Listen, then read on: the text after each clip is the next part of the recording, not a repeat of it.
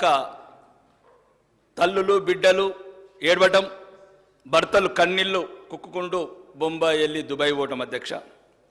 ముఖ్యంగా ఈ బొంబాయి దుబాయ్ మాటలు చెప్పి తెలంగాణ వస్తే మా బతుకులు మారుతాయని చెప్పి ప్రత్యేక రాష్ట్రం తెచ్చుకున్నాం అధ్యక్ష. అప్పుడున్న గత ప్రభుత్వం కావచ్చు, ఇప్పుడు ప్రభుత్వం కావచ్చు, వాళ్లకు ప్రత్యేకంగా ఎన్నో సౌకర్యాలు కల్పిస్తామని చెప్పారు అధ్యక్ష. ప్రస్తుత ప్రభుత్వం మొన్న అసెంబ్లీ ఎన్నికలు కూడా అభయహస్తం ఎలక్షన్ మేనిఫెస్టోలో పేజీ నెంబర్ 35, 36లో 28వ అంశంగా గల్ఫ్ కార్మికులు ఎన్ఆర్ఐల సంక్షేమం పేరుతో 4 హామీలు ఇచ్చారు అధ్యక్ష. మరి ముఖ్యంగా మన గౌరవనీయ ముఖ్యమంత్రి గారు సెప్టెంబర్ ఈ మధ్య 4 మీటింగ్ కూడా పెట్టారు అధ్యక్ష. ఏప్రిల్ 16 నాడు గల్ఫ్ సంఘాల ప్రతినిధులతో జరిగిన సమావేశంలో మృతుల కుటుంబాలకు ఎక్స్గ్రేషియా ఇస్తామని సీఎం రేవంత్ రెడ్డి గారు ప్రకటించారు. ఈ బడ్జెట్లో కేటాయింపులు లేకుండా గల్ఫ్ సంక్షేమం ఎలా సాధ్యమవుతుందో మీకు ఒక్క విషయం చెప్తాను అధ్యక్ష. ఈ సభ ఈనని, తెలంగాణ ప్రజలు ఈనని ఒక్క సంఘటన చెప్తాను అధ్యక్ష. ఏ కుటుంబ సభ్యుడైనా చనిపోతే అధ్యక్ష ఒక్కరోజు ఏడుస్తాం అధ్యక్ష, 3 రోజులు ఏడుస్తాం అధ్యక్ష, 12 రోజులు ఏడుస్తాం అధ్యక్ష. కానీ మా ఉత్తర తెలంగాణ పల్లెలలో 6 నెలలు ఏడుస్తారు అధ్యక్ష. శవం ఎప్పుడు వస్తుందో తెలియదు అధ్యక్ష. పెట్టెల మూలుగుతూ ఉంటుంది. ఇక్కడ కన్నీళ్ళు ఎన్ని రోజులు ఏడవో తెలియదు. కొద్దిగా దయచేసి దక్షిణ తెలంగాణ మంత్రులకు ప్రత్యేకంగా చెప్తున్నా, మీ ప్రాంతంలో గల్పు వలసలు లేవు. ఇంకా ఏ వలసలు ఉన్నా కానీ గల్పు వలసలు లేవు. మహబూబ్ నగర్ కావచ్చు, నల్గొండ కావచ్చు, ఖమ్మం కావచ్చు.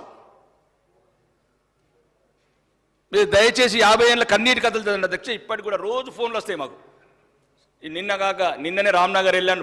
గౌరవనీయ గవర్నర్ బండారు దత్తాత్రేయ గారు బోనాలు ఫంక్షన్ పిలిచి వెళ్తాను అధ్యక్ష. అక్కడ సప్లై చేస్తున్న బాబు కామారెడ్డి అబ్బాయి నవీన్ అని, వాళ్ళ నాన్న 2 సంవత్సరాల నుంచి అడ్రస్ లేట అధ్యక్ష. సౌదీలో లంబాడోళ్ళ బంజారా పిల్లగాడు. ఎవరికి చెప్పాలో తెలియదు, ఎక్కడ ఏడాలో తెలియదు. పెట్టెలలో శవాలు, ఇండ్లల్లా ఎక్కడికి వెళ్ళాలి అధ్యక్ష? భార్య ఎన్ని రోజులు ఏడాలి? శవం వచ్చే వరకు ఇంట్లోకి వెళ్ళి బయటికి వెళ్ళరాదు. మనమంటే 12 రోజులు కాగానే కర్మ అయిపోయింది, ఎవరి పనులు వాళ్ళు చేసుకుంటారు. కొడుకు స్కూల్లోకి వస్తే మేము నాన్న శవం ఎప్పుడు వస్తుంది అంటారు. తల్లి బయటికి వెళ్తే నీ కొడుకు శవం ఎప్పుడు వస్తుంది అంటారు.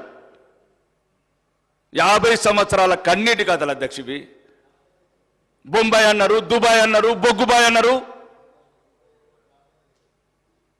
పోయినప్పుడల్లా ఎలక్షన్ వచ్చినప్పుడల్లా దుబాయ్కి వెళ్తారు, లేబర్ క్యాంప్లో తిరుగుతారు, మీకున్నామంటారు. మళ్ళీ ఒక్కరు ఉండరు అధ్యక్ష. 15 లక్షల మంది సోదరులు మదని చెప్పినట్లు ఎవరు అధ్యక్ష?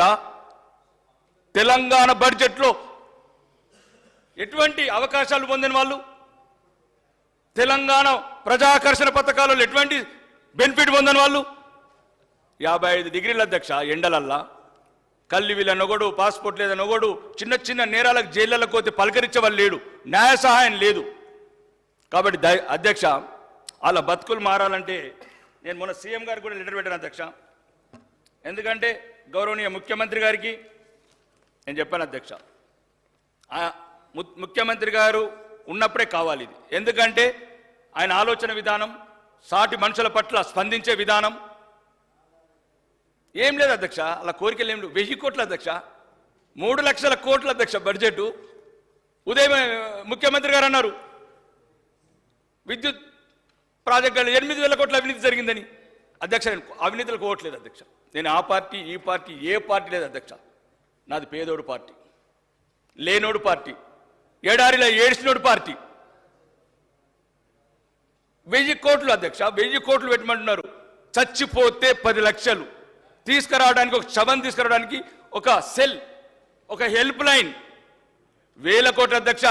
మొన్నగాక మొన్న గౌరవనీయ వ్యవసాయ శాఖ మంత్రి గారు తుమ్మల నాగేశ్వరరావు గారు అన్నారు అధ్యక్ష, 25,672 కోట్ల 8 లక్షల రూపాయలు మొక్క మొలని భూములకు ఇచ్చిండ్రు అధ్యక్ష. ఏం పాపం చేసిండ్రు అధ్యక్ష? కరీంనగర్ నిజామాబాద్ వాళ్ళు ఎక్కడ పుట్టలేదని అధ్యక్ష, ఖమ్మంలో పుట్టలేదనుక. మొన్న ఫోన్ చేసి ఒక అబ్బాయి అంటాడు, అన్న మేము కొడంగల్లో పుట్టినా బాగుండేది అధ్యక్ష అంటాడు. నేనన్నా మేము ఉన్నాము, అభయహస్తం మేనిఫెస్టోలో పెట్టారు, ఇంప్లిమెంట్ చేపిస్తాం, గౌరవ ముఖ్యమంత్రి గారిని అడుగుతాం. ముఖ్యంగా దయచేసి ఈ సమస్య అధ్యక్ష మీరు తండ్రి లాంటి వారు అధ్యక్ష. ఈ సమస్యలు ఎవరు చెప్పారు అధ్యక్ష? కొందరు యూరోప్లో చదువుకున్నారు, కొందరు ఇంగ్లాండ్లో చదువుకున్నారు, కొందరు కోటీశ్వర్లు వచ్చారు సభలు. నేను దుబాయ్లో కార్మికులుగా పనిచేశాను అధ్యక్ష. నాకు తెలుసు అధ్యక్ష నేను ఏం చేసిన అక్కడ.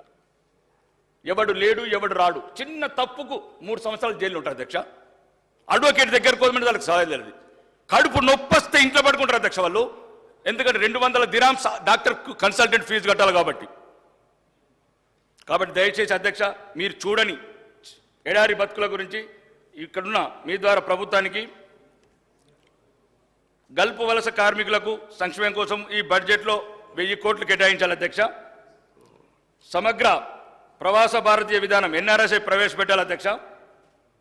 గల్ఫ్ తదితర దేశాల వలస కార్మికుల సంక్షేమం కోసం గల్ఫ్ బోర్డు ఏర్పాటు చేయాలి అధ్యక్ష. ముఖ్యమంత్రి గారు కూడా చెప్పారు సెప్టెంబర్ 10 లోపల చేస్తానని. గల్ఫ్ మృతుల కుటుంబాలను ఆదుకోవడానికి 10 లక్షల ఎక్స్గ్రేషియా చెల్లించాలి అధ్యక్ష.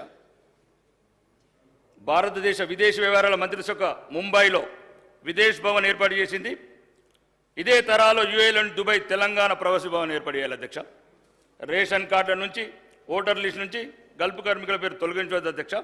అన్ని సంక్షేమ పథకాలని గల్ఫ్ కార్మికులకు వర్తింపజేయాలి అధ్యక్ష. జీవిత బీమా, ప్రమాద బీమా,